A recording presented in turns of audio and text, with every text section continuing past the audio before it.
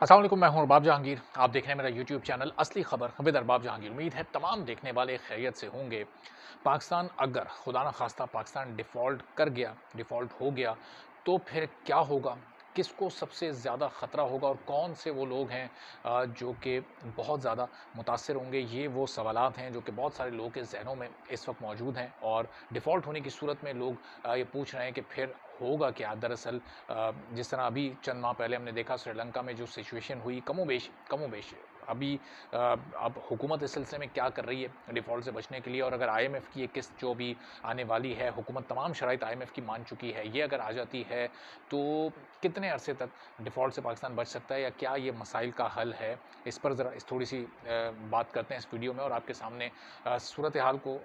थोड़ी-सी वाज़ेह करने की कोशिश करते हैं कि जब डिफ़ॉल्ट हो जाता है मुल्क, तो फिर होता क्या है और कौन-सा तबका सबसे ज़्यादा मुतासिर होता है। तो जो 2-4 चीज़ें बड़ी-बड़ी मेन होती हैं डिफ़ॉल्ट होने की सूरत में, ज़रा पहले मैं आपको वो बता देता हूँ, फिर हम ज़रा इसको डिस्कस करते हैं कि आईएमएफ से जो पैसे आ रहे हैं और डॉलर जो आ रहे हैं, और फिर कौन-सा दूसरा या तीसरा ऐसा मुल्क है कि जहाँ से कितनी-कितनी कर्ज़ की सूरत में कोई इमदाद आ जाए। वो ऐसी इमदाद कि वो ज़ाहिर है आपको वापस तो करनी है, लेकिन थोड़ी लॉन्ग टर्म में, थोड़े लंबे अरसे के लिए अगर मिल जाए, तो ये मसला किस हद तक हल हो सकता है। तो जब कोई मुल्क डिफ़ॉल्ट होता है, अभी हमने पिछले दिनों श्रीलंका में देखा चंद माह पहले,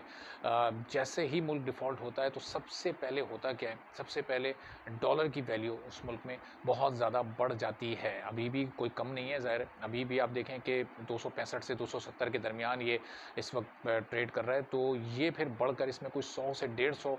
रुपए का इजाफा हो जाएगा, यानी फिर ये 400 को क्रॉस कर जाएगी। तो आप सोचें कि अभी इस वक्त जब हम पेट्रोल ख़रीदते हैं, तो अगर आप उसको डॉलर में कन्वर्ट करें तो $1 का 1 लीटर पेट्रोल आ रहा है। उस वक्त भी कमोबेश सूरत हाल यही होगी कि $1 का एक पेट्रोल आएगा, यानी इसका मतलब ये है कि पेट्रोल की कीमत भी फिर बहुत ज़्यादा बढ़ चुकी होगी। एक तो जब डिफ़ॉल्ट की सिचुएशन होती है, उसमें पेट्रोल और ऑयल वैसे ही शॉर्ट हो जाता है। वो इसलिए शॉर्ट हो जाता है उन ममालिक में जहाँ पर के जो इम्पोर्ट करके जो लोग इस्तेमाल कर रहे होते हैं, जिनके पास ये अपना मौजूद नहीं होता। तो पाकिस्तान ज़ाहिर है एक ऑयल इम्पोर्ट कंट्री है, और पाकिस्तान की ज़रूरियात के मुताबिक जितना तेल हमें चाहिए होता है, जितना पेट्रोल चाहिए होता है, फिर उसकी पेमेंट करने के लिए हमारे पास जब पैसे ही नहीं होंगे, तो आप सोचें कि कितना महंगा उस वक्त फिर ये सब चीज़ मिलेगी। अच्छा, अब चूँकि फिर जब मुल्क कोई डिफ़ॉल्ट होता है, तो उसके पास उस पर एक तो बहुत सारी ऑटोमेटिकली मुश्किलात ऐसी आ जाती हैं उसकी हुकूमत पर कि उनको ना चाहते हुए भी उनको इम्प्लीमेंट करना ही पड़ता है। अब होता क्या है कि जब हुकूमत के पास ख़जाना ख़त्म हो जाएगा, तो जो सरकारी मुलाज़मीन होते हैं पूरे मुल्क में, उनको फिर तनख्वाहें मिलना बहुत मुश्किल हो जाती हैं। चूँकि हुकूमत के पास बिल्कुल भी अमाउंट, बिल्कुल पैसा नहीं होता, तो वो फिर बहुत उसको हाथ खींचना पड़ता है अपने मुलाज़मीन को तनख्वाहें देने में। तो सरकारी मुलाज़मीन इससे बहुत ज़्यादा मुतासिर हो जाते हैं, और तकरीबन डिफ़ॉल्ट के बाद जो 3 से 6 माह का अरसा है, इतना टाइम थोड़ा-सा लगता है थोड़ा-सा सँभलने में, दूसरे ममालिक से, दोस्त ममालिक से राब्ते करने में, और जो बैनुल-अक़वामी तमाम जो बैंक हैं जो कि कर्ज़ देते हैं ममालिक को, उनको मनाने में। चूँकि ज़ाहिर है कि डिफ़ॉल्ट होने के बाद आपके मुल्क की ग्रेडिंग बहुत इंटरनेशनली गिर जाती है। आपके मुल्क की जो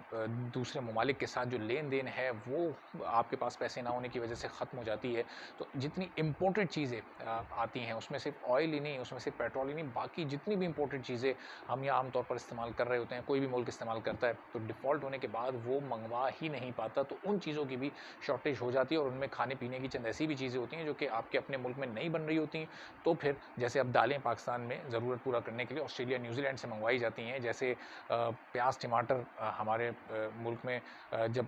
शॉर्टेज इनकी हो जाती है, तो फिर दूसरे ममालिक से हम मँगवाते हैं। जिस तरह और बहुत सारी ऐसी चीज़ें हैं जो कि हम इम्पोर्टेड इस्तेमाल करते हैं, जो कि फिर लग्ज़री आइटम्स में भी आती हैं, जिसमें चॉकलेट्स होती हैं, जिसमें बिस्किट्स होते हैं, जिसमें और दूसरी काफ़ी सारी चीज़ें होती हैं। तो उनकी फिर इस हद तक शॉर्टेज हो जाती है कि वो उनकी कीमत 2-2, 3-3, 4-4 गुना बढ़ जाती है। तो उसमें फ़ीसद वाइज़ इज़ाफ़ा नहीं होता, कई-कई गुना उसमें, यानी 200-300 रुपए वाली चीज़ फिर आपको अगर 1200-1300 रुपए में मिलेगी, तो आप सोचें कि कैसे कोई इसको अफ़ोर्ड कर सकेगा। फिर होता क्या है, अच्छा, पिछली एक वीडियो जो मैंने की थी जिसमें बैंक से मुताल्लिक, जो बैंक में पैसे पड़े होते हैं उससे मुताल्लिक बहुत सारे लोगों ने पूछा है कि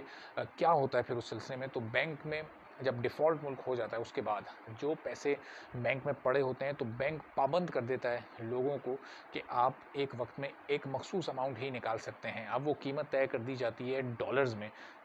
निकालते तो आप रुपए में, यानी तय कर दिया जाता है कि आप एट अ टाइम $200 से ज़्यादा अमाउंट नहीं निकाल सकते, यानी उसके इक्विवेलेंट यानी उससे ज़्यादा नहीं निकाल सकते। अब लेट्स सपोज़ $200 का जो माफ़ कीजिएगा, तो $200 का जो अमाउंट बनता है, अगर वो 60,000 या 55,000 या 50,000 बन रहा है, तो आप एज़ ए इंडिविजुअल उतने ही पैसे निकाल सकते हैं, जबकि आपके वो पैसे मौजूद होंगे बैंक में, लेकिन वो आप निकलवा नहीं सकते। फिर क्या होता है कि अगर आप कोई छोटी-मोटी कोई कंपनी चला रहे हैं, कोई बिज़नेस रन कर रहे हैं, या कोई आपकी शॉप है, या कोई रजिस्टर्ड आपका बिज़नेस है और आपका वो अकाउंट है जिसमें आपको थोड़े ज़्यादा पैसे निकालने की ज़रूरत होती है, तो भी आप अपने पूरे ऑपरेशंस को रन करने के लिए वो पैसे नहीं निकाल सकते, यानी अपनी ज़रूरत के मुताबिक पूरे पैसे नहीं निकाल सकते। बिज़नेस पर्सन्स के लिए थोड़ी-सी एक सहूलत दी जाती है कि वो उनके लिए भी एक अमाउंट फ़िक्स कर दिया जाता है कि वो 3 लाख या 4 लाख या 5 लाख रुपए निकाल सकते हैं, और फिर उन्हीं 5-6 लाख रुपए में उन्हें अपना पूरा सिस्टम चलाना होता है। उसमें उन्हें 10 लोगों की सैलरीज़ देनी हो या 30 लोगों की सैलरीज़ देनी हो। तो ये एक सिचुएशन इस तरह से होती है कि सबसे ज़्यादा जो अफ़ेक्टेड होता है वो हर एक आम आदमी जो कि कोई भी चीज़ खरीद रहा है वो तो होता है, लेकिन जो एक सरकारी मुलाजिम होता है उसकी तनख्वाह को सबसे ज़्यादा पहले रोकने की कोशिश की जाती है, क्योंकि हुकूमत के पास पैसे नहीं होते। फिर आहिस्ता आहिस्ता वो चीज़ फिर जो प्राइवेट जॉब्स करने वाले हैं उन तक पहुंचती है, चूँकि फिर ज़ाहिर है जब गवर्नमेंट के पास पैसे ख़त्म होते हैं, पैसों की रोलिंग ख़त्म हो जाती है मुल्क में, तो आहिस्ता आहिस्ता जो प्राइवेट कंपनीज़ बड़ी बड़ी हैं, और फिर चूँकि वो बैंक से पैसे नहीं निकलवा पा रही होती, तो जो कैश बेस्ड काम कर रहे होते हैं उनको तो किसी हद तक सहूलत रहती है, लेकिन वो भी वक्ती तौर पर, चूँकि आगे जाकर ज़ाहिर है जब कैश की शॉर्टेज रहती है मुल्क में तो फंसना होता है उसको भी। लेकिन जो बाकी एक पूरा चाहे आपका बिज़नेस हो, चाहे आपकी कोई प्राइवेट जॉब हो, तो ये तमाम मुश्किलात होती हैं, और ये 3 से 6 माह तक रहती हैं, चूँकि डिफ़ॉल्ट होने के बाद मुल्क को सँभलने में 3 से 6 माह तक का टाइम लगता है। इसमें अब चूँकि जो मालिक ऑयल इम्पोर्ट करते हैं और वो उसी पर अगर या गैस पर वो बिजली बना रहे होते हैं या ऑयल पर बिजली बना रहे होते हैं, तो फिर उस मुल्क में ऑयल और गैस की कीमत भी कई-कई गुना बढ़ जाती है। तो आपको फिर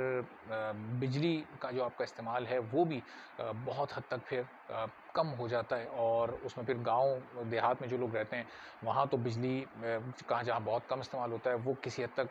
अपने आप वो सर्वाइवल पोजीशन में होते हैं, लेकिन जो शहर के लोग हैं वो बहुत ज़्यादा इफ़ेक्ट होते हैं फिर। और जो वर्किंग आवर्स हैं फिर मुख्तलिफ़ कंपनीज़ में, शॉपिंग मॉल्स में या मार्केट्स में, वो भी फिर कोशिश ये की जाती है कि वो सिर्फ डे लाइट में ही रहें और उससे ज़्यादा फिर उसको आगे ना बढ़ाया जाए। तो ये चंद ऐसी बुनियादी चीज़ें हैं, टेक्निकली तो बहुत सारी और चीज़ें होती हैं, लेकिन वो बताने से वीडियो भी बड़ी हो जाती है, और फिर अगली किसी वीडियो में मज़ीद डिटेल के साथ आपको उन टेक्निकल चीज़ों से भी आगाह करने की कोशिश मैं करूँगा। लेकिन ये वो चीज़ें हैं कि जिनसे हर एक आम आदमी इफ़ेक्ट होता है। लोग इसका हल ये निकालते हैं कि फ़ौरन लोग चीज़ें स्टॉक करना शुरू कर देते हैं। अब जो 3 से 6 माह की चीज़ें स्टॉक कर सकता है वो तो चलें बआसानी कर लेगा, लेकिन जो ये अफ़ोर्ड नहीं कर सकता वो फिर क्या करे? वो इस सूरत में भी मारा जाता है और वो उस सूरत में भी मारा जाता है। तो अब अगली किसी वीडियो में मज़ीद जो इसकी टेक्निकल पेचीदगियाँ होती हैं और जो कुछ और नुकसानात होते हैं किसी भी मुल्क के डिफ़ॉल्ट होने की सूरत में, तो आइंदा वीडियोज़ में भी आपके सामने मैं रखता रहूँगा। चैनल पर नहीं है तो चैनल सब्सक्राइब कर लें, बेल आइकन प्रेस कर दें ताकि इस पूरी सिचुएशन से आप भी बाखबर रह सकें। इजाज़त दीजिए, अल्लाह हाफ़िज़।